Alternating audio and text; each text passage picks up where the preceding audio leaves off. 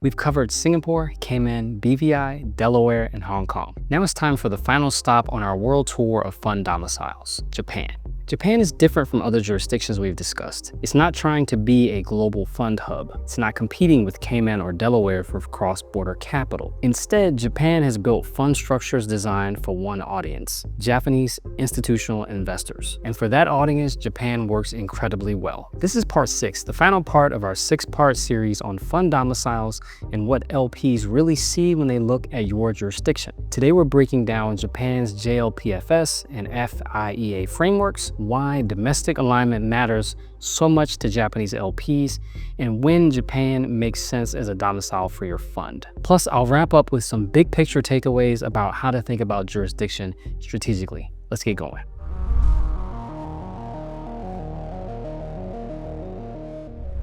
I'm Corey, a lawyer helping entrepreneurs decode law, technology, and innovation. In today's video, we're wrapping up our series on how LPs interpret fund domiciles and why your jurisdiction choice matters more than ever in 2026. Here's what we're covering today. First, what Japan's fund structures actually offer, the JLPS and FIEA frameworks. Next, we'll look at how Japanese LPs perceive domestic structures and why that perception is so different from global norms. Next, we'll look at when Japan makes sense for your fund and when it doesn't. And finally, I'll bring together everything we've learned across all 6 parts with some big picture strategic takeaways. Let's start with what Japan actually offers. Japan has 2 main frameworks for investment funds. First, there's the Japanese Limited Partnership for Investment, commonly called JLPS. This is Japan's version of a limited partnership, designed for venture capital, private equity, and similar strategies. The JLPS structure is governed by the Limited Partnership Act for Investment. It's a familiar LP format.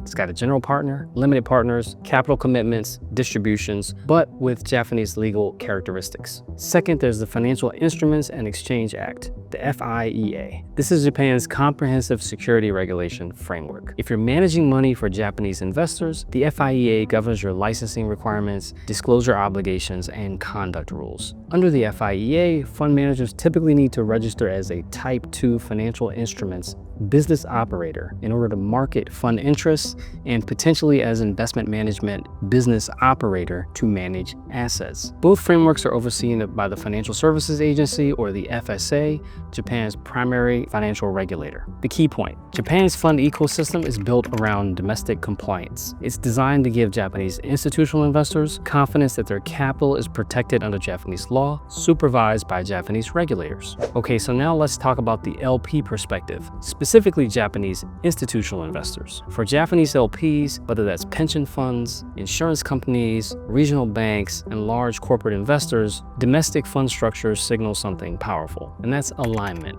When a Japanese institutional investor sees a JLPS structure with the proper FIEA licensing, they see a manager who understands their regulatory environment, respects compliance requirements, and operates within a framework they can explain to their internal committees. This matters a lot more than you think. Japanese institutional investors are often conservative by global standards. They have strict internal governance, they face regulatory scrutiny on their own allocations, and they strongly prefer investments they can justify within familiar frameworks. A Cayman fund, that does require an explanation. A Delaware limited partnership, that requires an explanation and education as well. A properly structured JLPS with FSA oversight, that fits neatly into existing processes. For Japanese LPs, the domestic structure isn't just a preference, it's often a requirement. Many Japanese institutions have internal policies that favor or mandate domestic vehicles for certain allocation categories. So now let's think about the other side, complexity. Japan's fund frameworks are not simple. Setting up a JLPS and obtaining the necessary FIEA licenses involves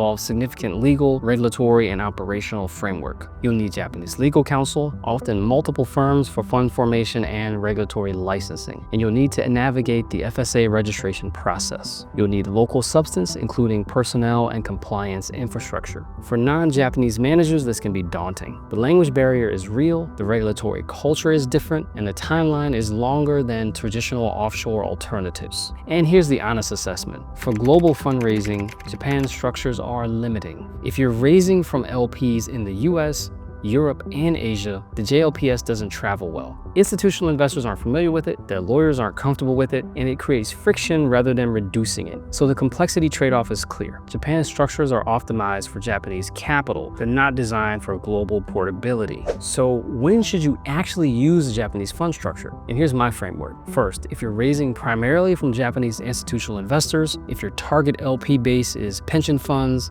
insurers, banks, corporates, or other Japanese domestic structures, this is going to remove friction and build trust. It's often the difference between getting a meeting and getting a commitment. Second, if you're a Japanese manager and you're building a local franchise, if you're based in Japan and building your track record with domestic capital, it makes sense to start with structures your home market understands. Third, if you're launching a Japan-focused strategy, if your investment mandate is Japanese companies, Japanese real estate, or Japan-specific opportunities, a domestic structure aligns with your fund strategy. Fourth, if you're partnering with Japanese institutions on co-investments. So even if your main fund is offshore, you might set up a Japanese vehicle for specific co-investment opportunities with domestic partners. If you check one or more of these boxes, Japan deserves serious consideration despite the complexity. So let's think about this holistically. For managers raising globally, but wanting access to Japanese capital, there's a hybrid approach. Your main fund might be a Cayman master or Delaware limited partnership, which are structures that global LPs recognize. Then you establish a Japanese feeder or co-investment vehicle specifically for Japanese institutional investors. And this gives Japanese LPs the domestic structure they may prefer while keeping your primary fund architecture globally accessible. You can also set up a Japanese advisory entity licensed under the FIEA to handle investor relations, marketing, compliance, etc. for the Japanese market while your fund remains offshore. The key is recognizing that Japanese institutions often need a domestic touch point. Providing that touch point,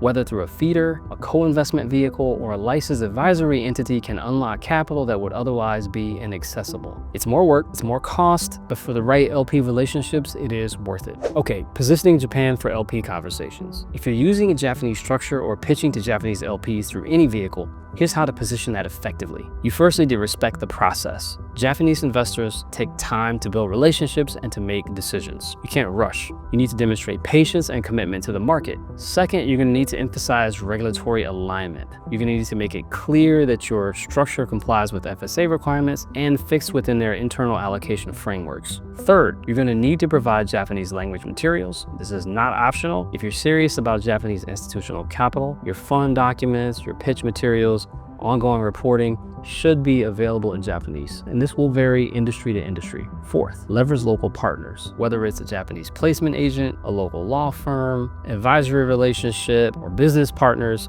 Having credible local partners signals commitment and reduces LP concerns. Fifth, you need to think long-term. Japanese LP relationships are often multi-fund relationships. The first commitment might be small, but if you deliver and maintain the relationship, subsequent commitments can grow significantly. Japanese capital generally is going to be patient, loyal, and substantial if you can earn it. All right, so let's wrap up. We've covered 6 jurisdictions across 6 videos. Here's the big picture takeaway. Jurisdiction is not a legal checkbox. It's a strategic decision that shapes how LPs perceive your fund before you ever present your track record. Let me recap each jurisdiction. Singapore VCC says institutional discipline, regulatory depth. It's the premium Asian option for managers targeting sovereign wealth and pension capital. Cayman, global familiarity and flexibility. In 2026, it requires governance, execution to stand out, not just compliance. BVI says efficiency for the right profile. Delaware, fiduciary gold standard. It's the benchmark US institutions expect and that global LPs measure everyone else against. Hong Kong says regional commitment. It's powerful for Asia-focused strategies, but it hasn't achieved yet worldwide recognition. Japan, it says domestic alignment. It's optimized for Japanese institutional capital, but may not travel well globally. That's a wrap on the 6-part series. We've traveled from Singapore to Cayman to BVI to Delaware to Hong Kong and now to Japan. That's 6 different jurisdictions, 6 different signals, 1 core lesson. Structure matters. If you found this series valuable, do me a favor and share it with fellow fund managers or founders who are thinking about these questions. And drop a comment. Let me know which jurisdiction you're considering for your next fund. Join me on the path to decoding law, technology, and innovation to grow your business. Don't forget to like,